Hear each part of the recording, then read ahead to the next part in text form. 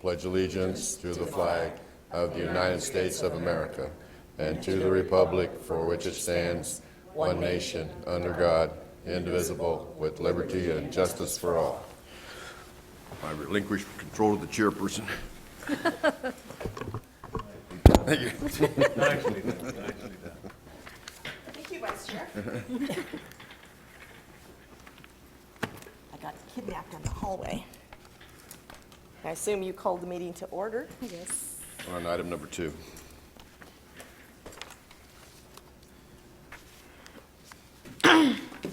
Just in case, call this meeting to order. Okay, can we have a roll call of the members? We did it already. That's Oh, we just did that, okay. Gosh, am I that late? 1 minute late, I apologize.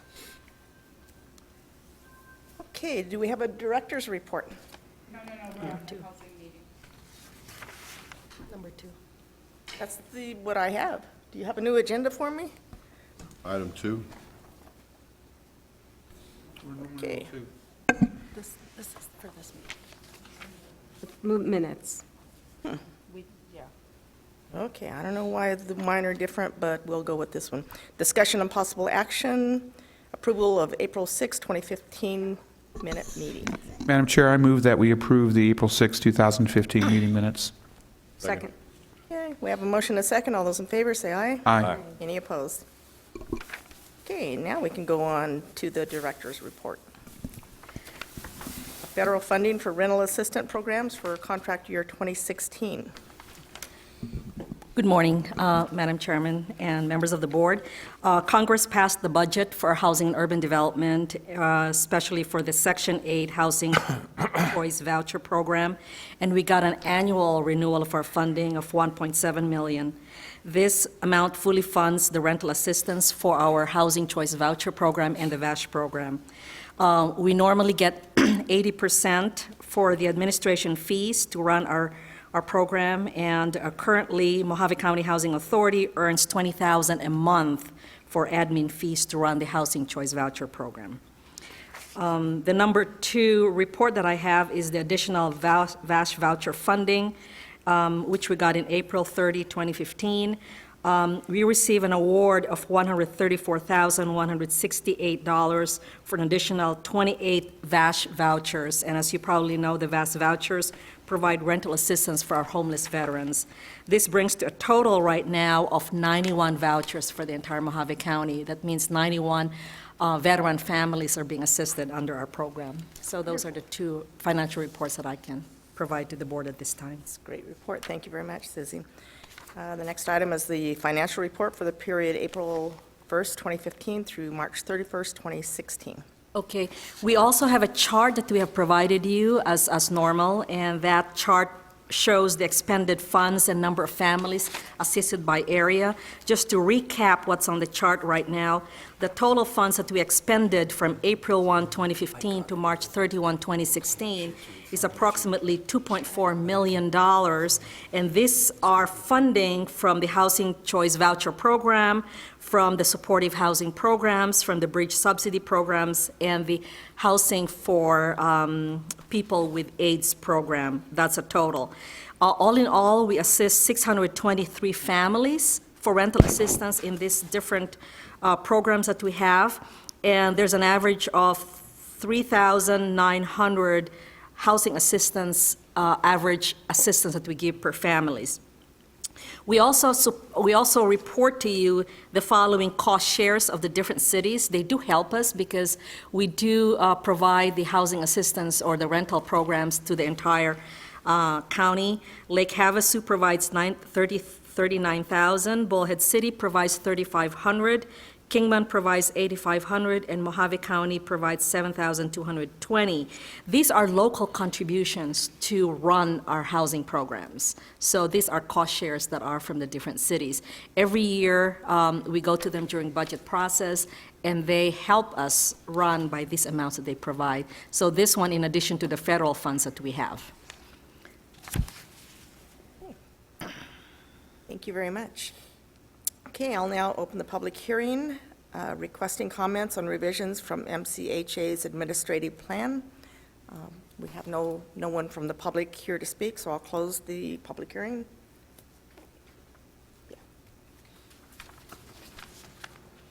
Do we have any comments from the directors? Madam Chairman, on number 6, Dave will give you a brief summary of some of the changes for the administration plan, so. Okay, so we'll go on to number 6, discussion possible action, approval of revision of the following sections of MCHA's administrative plan. Okay, Madam Chairman and members of the board, we did meet with our resident advisory board, which is made up of tenants, Section 8 tenants, on February 23rd and discussed these changes with the resident advisory board, and we didn't receive any comments. We had some good discussion, as we always do every year. These specific changes are related to HUD regulation changes. This year, there was several changes. They're in different, it looks like there's a lot of changes, but it's the same thing, and it's in different places in the administrative plan. So we have to amend the administrative plan wherever there's a wording change. You have to approve that, and then we submit it to HUD. But the main changes were, in 2013, the Violence Against Women's Act was renewed, and it was originally adopted in 2006.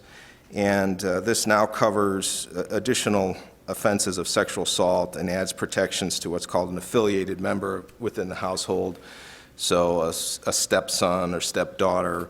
And this is related to, you can't terminate, we couldn't terminate the assistance of a victim of domestic violence, basically. So if there is criminal activity within the household, the perpetrator of the actual offense is the only one that could be held responsible. We couldn't hold the family responsible, the victim responsible, and terminate their assistance. Similarly, the landlord cannot do that as well, based on this federal legislation. The rest of the changes are all related to what's called portability in the Section 8 program. And this allows participants to go to other jurisdictions and be housed by the housing authority. And how it works is we pay 80% of our administrative fee to that housing authority to administer the voucher, and they bill us for the housing assistance payment. And similarly, if we have quite a few incoming portables, I believe 71 incoming portables, which we do the same thing. We bill the housing authority to administer those vouchers. And HUD passed the final rule on August 20th, 2015. It basically outlined some changes and information that we have to give participants in the program. So we have to enlarge upon the information we provide them, and that's basically what all these changes are about.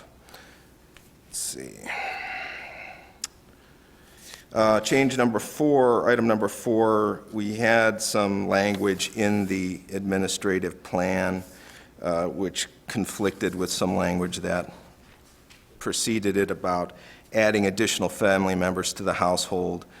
We said that we can't add anybody to the household within the first 12 months of receiving assistance, and that conflicts with the language before it, which says you have to add additions based on birth, marriage, or adoption of family members. So we had to remove that language.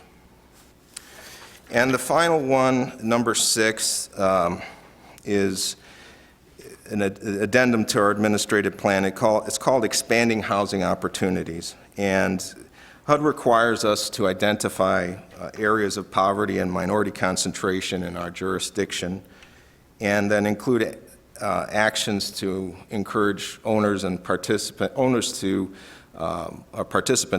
to rent outside of these areas of poverty and minority concentration. So this information needed to be updated with the 2010 census information and information from the 2009-2013 Census Bureau's American Community Survey.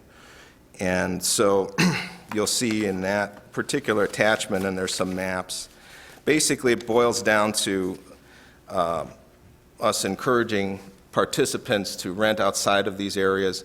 there is a higher percentage of poverty outside of the city limits in Mohave County. So in your addendum, there's an analysis I did based on the 2010 census information and American Community Survey information. And if you look at that addendum, basically the areas surrounding the city limits where there's rental housing, they have higher population of persons in poverty, so as a percentage. And so what we do is we encourage people to rent inside the city limits. We give them maps. It's also a good idea, as I explained in this addendum, to do that because that's access to public transportation, that's access to jobs, that's access to doctors and grocery stores. And so those are also important reasons why they should. Now, what changed from when I did this study back in 2007 till now is it used to be that the minority concentration was also higher outside of the city limits than within the city limits. That has changed with the 2010 census. So I could no longer just say, well, rent inside the city limits, and that's because there is greater minority and economic poverty numbers outside of those city limits. So I had to look then at census tracts within the cities to come up with, well, where is this highest concentration of minority concentration? And that includes ethnicity, so racial minority and Hispanic. And you can see the numbers. There's a census tract, identified one census tract in each of the cities that has the highest minority concentration. And so we also now have to give the map and say, if you rent inside the city limits, but, this is one area that has a high percentage of racial and ethnic minority concentration. Now, once again, these are just a recommendation. This is the Housing Choice Voucher Program. It's up to the individual participant to determine where they want to live. So it's not like we can tell them or mandate that you don't live within this census tract within the city limits or even outside of the city limits. It's their choice, but we have to provide them with the information. So. Okay. I'll entertain a motion to approve. Madam Chair, I move that we approve the revisions to the enumerated sections of MCHA's administrative plan. Thank you. Do we have a second? I'll second the motion. We have a motion and a second. All those in favor say aye. Aye. Any opposed?